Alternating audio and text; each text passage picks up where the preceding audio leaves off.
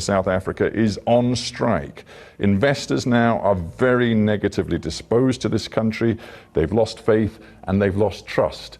For outside investors, they look at the foreign policy, diplomatic orientation of South Africa. They see that right now you are locked in a tense dispute with the United States because the US sees you as deeply sympathetic to Vladimir Putin's Russia, despite the Russian all-out invasion of Ukraine. We have explained those issues. Our government is dealing with those matters with the United States of America. We are not locked in any dispute of any form.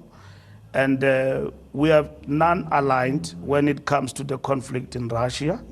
And that is the line we're pursuing. Well, the US ambassador here in South Africa said that he had evidence that weapons had been loaded onto a Russian... I met with him yesterday. He apologized for being overzealous and saying things that he shouldn't have said. Yeah, you say he's apologized. We have not heard him himself issue an apology. Well, I am saying to you, he have apologized. I met him right here in the Revolutionary House yesterday. Your government has launched an investigation about that alleged weapons shipment. It is correct. Can you categorically guarantee to me here and now, as the head of the ANC, that no weapons were put on board that vessel?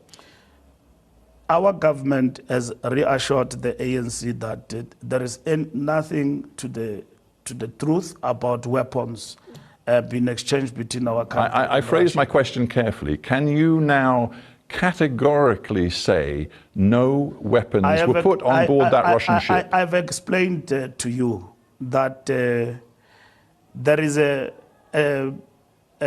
action that has been taken by our government in terms of investigating. South Africa is a treaty member of the International Criminal Court. If Putin comes here in August as planned, your government will be obliged to arrest him. As head of the ANC, do you believe your government should and indeed will arrest Vladimir Putin? If it was according to the ANC, we will want President Putin to be here even tomorrow. You would? To come to our country.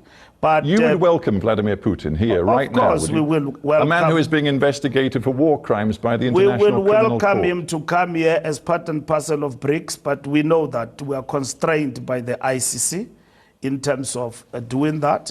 Putin is a head of state. Do you think that a head of state can just be arrested anywhere? How many crimes have your country committed in Iraq?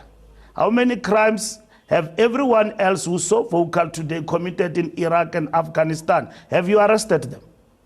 You have not. You know the impact that this stand of yours... You're making a lot of noise about putting in state of working for peace between Ukraine and Russia, and you failed to resolve the war. Where are the weapons of mass destruction? Tony Blair went to Iraq and claimed that there are weapons of mass destruction. Did you see anybody standing against that in the United Kingdom and Britain? More than millions of people have died in Iraq and Afghanistan, and there are no weapons of mass destruction. We know what the war is about. Mr. Secretary General, between Russia and Ukraine. We want peace. That's what is important, so that the world can thrive. And organs and institutions of the world that institute world peace must not be conspicuous by their silence in deciding decisively. We don't have much time left. I want to bring it back to domestic South African politics before we end. You know, I think this notion of international rules is very comfortable for some people to use when it suits them, but they don't believe in international rules when it doesn't suit them, because they don't apply international rules or law equally in all circumstances. So you can't say because Ukraine has been invaded that suddenly sovereignty is important, but it was never important for Palestine. It's very peculiar. If you believe in international law truly, then wherever sovereignty is infringed, it must apply. And this is the point we've been making, that we use the framework of international law unequally, depending on who is affected. And we are arguing that that must change. And one of the interesting changes that has occurred is the sudden movement, because Russia has invaded Ukraine, that we say, okay, let's not allow the Security Council to just have the veto and let it pass. We take it to the General Assembly.